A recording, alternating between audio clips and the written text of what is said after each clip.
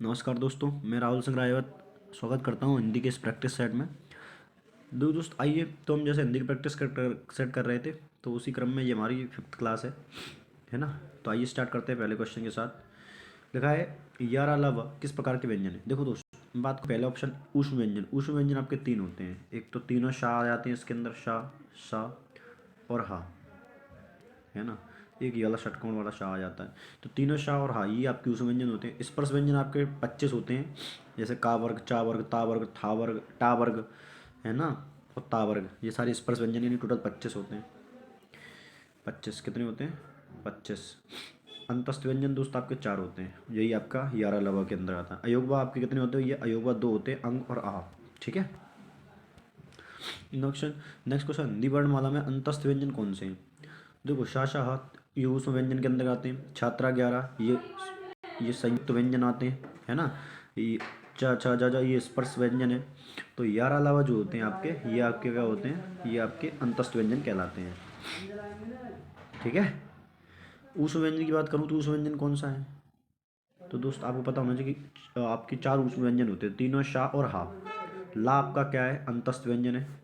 जा आपका स्पर्श व्यंजन है। माँ आपका स्पर्श व्यंजन है। हा जो है आपका अंतस्थ व्यंजन होता है। ठीक है। चलिए नेक्स्ट क्वेश्चन की बात करूँ। कौन सा उस व्यंजन नहीं है? इसमें से कौन सा उस व्यंजन नहीं है? देखो, मैंने बताया था तीनों शाह होते हैं, तो शाह, शाह और सा, और एक होता है हा, यानी टोटल 4 होते हैं उस व्यंजन, लेकिन गा इसके अंदर नहीं आता। गा स्पर्श व्यंजन है आपका। अगला क्वेश्चन है कि अंतस्थ और ऊष्म वर्ण कितने होते हैं?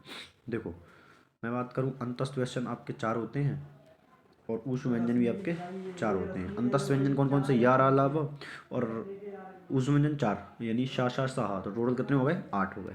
ठीक है। चलिए, तो दो व्यंजन जब तक एक साथ मिलते हैं तो क्या कहलाते हैं? अच्छा, दो व्यंजन जब एक साथ मिलते हैं तो क्या कहलाते हैं?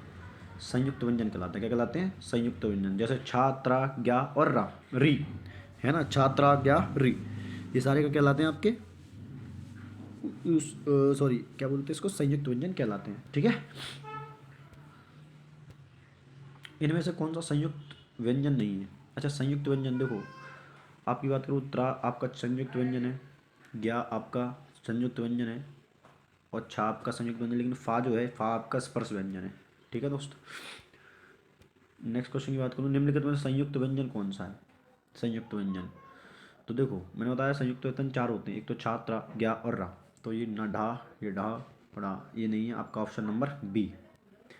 नेक्स्ट क्वेश्चन की बात करूँ मैं आपसे, छावर्ण। छावर्ण किसके योग से बनता है? अच्छा, ये पूछना चाह रहा है कि छावर्ण किसके योग से बनता है। तो दोस्तों, ये बनता है का और शा के योग से। किसके बनता है? का और शा के योग से आपका छावर्ण बनता है। ठीक है। नेक्स्ट की बात करूँ, छा ध्वनि निम्न में से किसके अंतर्गत आती है? अच्छा, छा क्या होता है? अच्छा, मूल स्वर होता है, संयुक्त व्यंजन होता है, घोषवर्ण होता है, तालव्य होता है। तो छा जो है आपका एक मूल व्यंजन, संयुक्त व्यंजन है। क्या है? संयुक्त व्यंजन है। ठीक है। नेक्स्ट क्वेश्चन, ज्ञावर्ण किन वर्णों के संयोग से बनता है? जा, देखो, पूरा पूरा व्यंजन तो आता नहीं, इसलिए मेरा ये ऑप्शन गलत, ये वाला ऑप्शन गलत, ये वाला ऑप्शन गलत, ऑप्शन नंबर बी। क्योंकि पूरा व्यंजन तो होता ही नहीं है, आधा व्यंजन और ना का यूज होता है, तब जाके क्या बनता है? क्या बनता है। ठीक है। चलिए, हिंदी वर्णमाला में कुल कितने अयोगवा होते हैं? अयोगवा की संख्या मैंने आपको स्टार्टिंग में बताई कि 2 होते हैं। एक तो होता है अंग और एक होता है आह। ठीक है। तो ये कितने होते हैं? 2, ऑप्शन नंबर बी। ठीक है। नेक्स्ट क्वेश्चन की मैं बात करूँ, निम्नलिखित में से नासिक के वर्ण, नासिक के व्यंजन कौन सा है? श, ग, ण, ण। तो ना जो है आपका नासिक के व्यंजन होता है। कौन सा व्यंजन है? ये नासिक के व्यंजन है। अगला क्वेश्चन है कि निम्न में से कौन सा व्यंजन संघर्षी है? संघर्षी, जो संघर्ष व्यंजन वो होते हैं जिनको बोलते समय जब हवा है ना बहुत संघर्ष करके जाती है। तो श, श, स, ह, जो हा है आपका, ये संघर्षी व्यंजन है। बाकी ये तीनों आपके ऑप्शन गलत हैं। ठीक है। अगला क्वेश्चन बात करूँ, शा शा हा कौन से व्यंजन कहलाते हैं? प्रकम्पी व्यंजन, स्पर्श व्यंजन, स्पर्श व्यंजन, स्पर्शी व्यंजन, स्पर्श व्यंजन। तो ये तीनों नहीं है, आपकी ऊष्म व्यंजन है, क्योंकि आप जानते हैं शा शा हा ऊष्म व्यंजन होते हैं। ठीक है ना। अगला क्वेश्चन बात करूँ, अघोष वर्ण कौन से होते हैं? देखो दोस्त, अघोष वर्ण के बारे में समझ लो। जो अघोष वर्ण होते हैं, कि जो स्पर्श व्यंजन होते हैं, उनका पहला और दूसरा वर्ण सदैव क्या होता है? अघोष कहलाता है। और सघोष कौन सा होता है? तो तीसरा, चौथा और पांचवा, ये सारे क्या होते हैं? आपके सघोष कहलाते हैं। ठीक है। तो अब देखो, इसमें से जो ऑप्शन दे रखा है च, छ, झ, तो अघोष पूछा है ना आपसे, ये शाह, ऑप्शन नंबर सी। तीनों शाह भी आते हैं किसके अंदर, अघोष के अंदर, ठीक है ना, है ना दोस्तों, तीनों शाह भी जो है आपके अघोष के अंदर आते हैं। लिखा है निम्नलिखित में से अल्प प्राण कौन सा है, अल्प प्राण। देखो दोस्तों, दो वर्णों को दो टाइप से और बांटा जाता है, एक तो होता है अल्प प्राण और दूसरा होता है महाप्राण।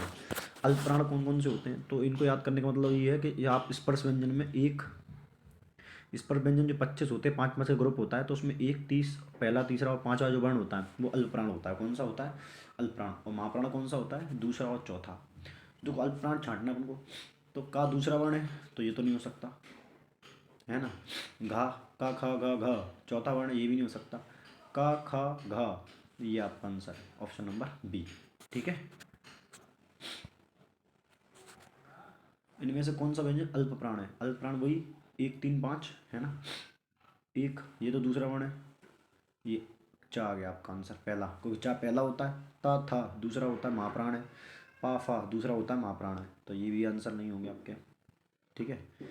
अगला क्वेश्चन देखो जरा, अल्प प्राण ध्वनि में का समूह कौन सा है। अल्प प्राण मतलब 1 3 5 का समूह, 1 3 5 का समूह। पहला चा आ गया, पहला है, चा छा झ तीसरा है, और पांचवा है चा छा जाना, ऑप्शन नंबर बी, ठीक है। क्योंकि टा पहला आ गया, टा ठा ये दूसरा आ गया, नहीं हो सकता, ठीक है। ता पहला है, था दूसरा है, नहीं हो सकता। का पहला है, खा दूसरा है, नहीं हो सकता, ठीक है। तो देखो जरा अगले क्वेश्चन की मैं बात करूँ आपसे, निम्नलिखित में से अल्प प्राण वर्ग कौन सा है। अल्प प्राण वही 1 3 और 5 लिख लें। अल्प प्राण चाटना है तो पहले सबसे पहले लिख लें 1 3 5। तो देखो आ की तो बात ही नहीं है। ता था दूसरा वर्ण है, था नहीं हो सकता। पा फा दूसरा वर्ण है, ये नहीं हो सकता। का खा, ये का और गा, तो क्वेश्चन नंबर बी जो है करेक्ट आंसर आपका हो जाएगा। हाँ, बहुत जल्दी जल्दी क्वेश्चन को डिस्कस कर रहे हैं यहाँ पर। अगला क्वेश्चन, सभी महाप्राण वर्णों वाला ग्रुप का। महाप्राण मतलब 2 और 4, कौन सा, महाप्राण मतलब 2 और 4। देखो यार लब, ता था धा तीसरा वर्ड आ गया भैया, ये नहीं हो सकता। महाप्राण का खा च छ ट ठ, ऑप्शन नंबर बी ए। ये ज़्यादा ही दूसरे दूसरे वर्ड है सभी वर्डों के, ठीक है ना। माँ पहला वर्ड आ गया, नहीं है, या पहला नहीं है, ये तो उस है ना। चलिए नेक्स्ट वर्ड की बात करूँ मैं आपसे। देखा महाप्राण ध्वनि है व्यंजन वर्ग में किस संबंधित है। महाप्राणा, मैंने बताया महाप्राणा का कोड क्या होता है, 2 और 4। अल्पप्राण का 1 3 और 5, ठीक है, 2 और 4 यानी ऑप्शन नंबर सी। चलिए नेक्स्ट क्वेश्चन की बात करूँ आपसे, निम्न में से महाप्राण वर्ड कौन सा है। मैंने बोला महाप्राण मतलब 2 और 4, महाप्राण मतलब 2 और 4। तो देखो ता था दूसरा वर्ड होता है, यही ऑप्शन नंबर ए। वो आपका नहीं है, का पहला वर्ड होता नहीं है, चा पहला वर्ड है, ये भी नहीं है, ठीक है। अगला क्वेश्चन बात करूँ, महाप्राण व्यंजन कौन सा है भैया, 2 और 4। फिर से पा पहला वर्ण है, नहीं हो सकता। पा फा च छ झ तीसरा वर्ण है, नहीं हो सकता। क ख घ नहीं हो सकता। च छ क ख घ क ख ग घ, चौथा वर्ड ये रहा ऑप्शन नंबर सी, वो आपका आंसर नहीं है, ठीक है। क्वेश्चन हो चुके हैं दोस्त, मिलते हैं अगली वीडियो में, तब तक के लिए लाइक शेयर सब्सक्राइब करते रहिए, धन्यवाद।